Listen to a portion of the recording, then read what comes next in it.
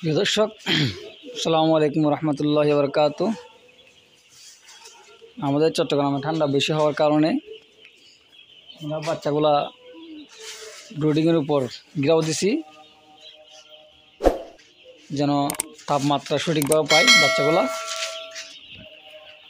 কারণ ঠান্ডায় বেশি প্রবলেম করতেছে। আপনাদের যাদের জেলায় ঠান্ডা বেশি পড়বে তারা যদি বাচ্চা কালেকশন করেন এখন, তারা বাচ্চাগুলোকে ঠান্ডা থেকে বাঁচার জন্য এই পদ্ধতিটি আপনারা ব্যবহার করতে পারেন। এই পদ্ধতিটি ব্যবহার করলে আশা করে বাচ্চার মধ্যে ঠান্ডা কম লাগবে। সবাই চ্যানেলটি সাবস্ক্রাইব করে পাশে থাকবেন, বেল আইকনটি অন করে দিবেন রেগুলার আপডেট ভিডিও পেতে। আমার সাথে থাকার জন্য সকল ভিউয়ার্সকে ধন্যবাদ। আসসালামু আলাইকুম রহমতুল্লাহি ওয়া বারাকাতুহু।